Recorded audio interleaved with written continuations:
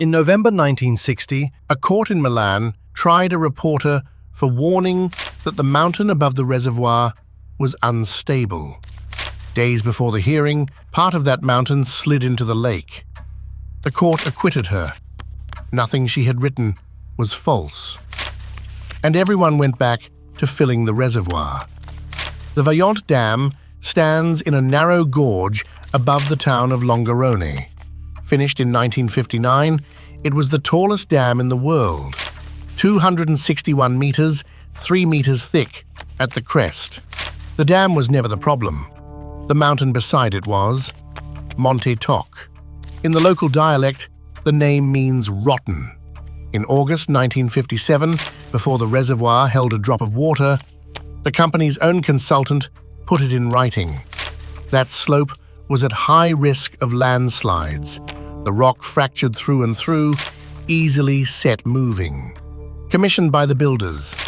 Delivered to the builders. 2 years later, a reporter named Tina Merlin wrote it down for everyone else. For that, she was reported to the police. Then, they filled the reservoir.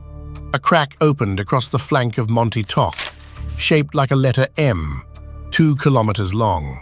That November, 700,000 cubic meters of rock came down into the lake.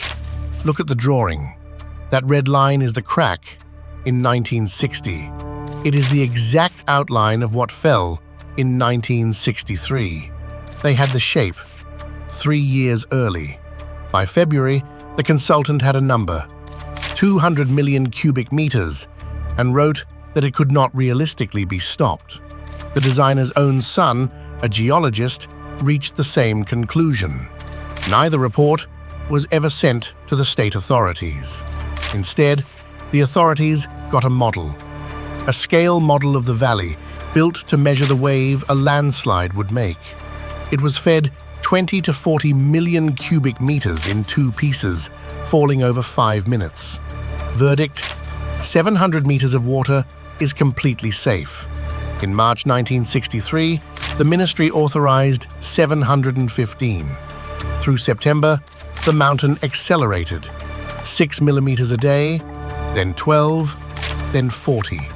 The mayor wrote to the company about the rumbling underground. His letter is not in the ministry's archive at all.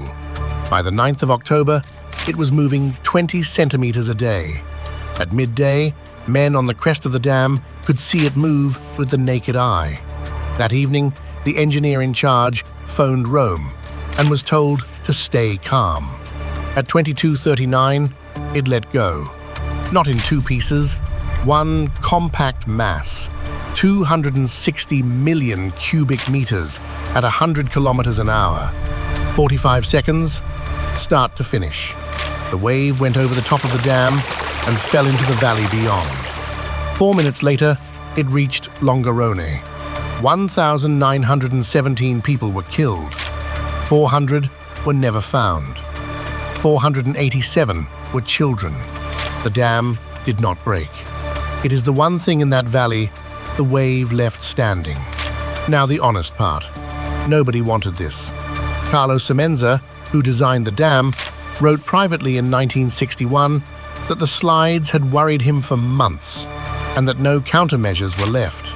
He died that October, and the question they argued over was a real one. Was the moving ground a thin skin, 12 meters deep, or the whole flank of the mountain? Except they had already measured it. 4 steel pipes were sunk 200 meters into that slope for exactly this question. If the moving layer was shallow, the pipes would shear off.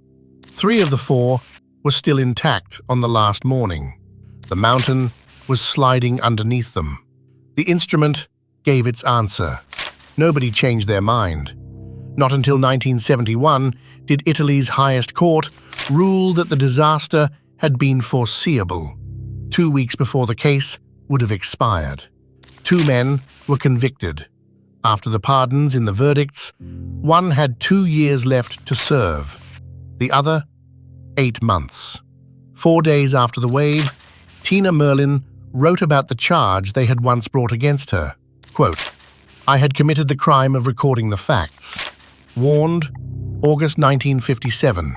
It happened. The 9th of October, 1963. 6 years. This drawing stays unfinished. Somewhere, right now, someone is being ignored. The memo before the fire. The article before the flood. If you want to hear those warnings, subscribe and tell me in the comments which ignored warning should I open next.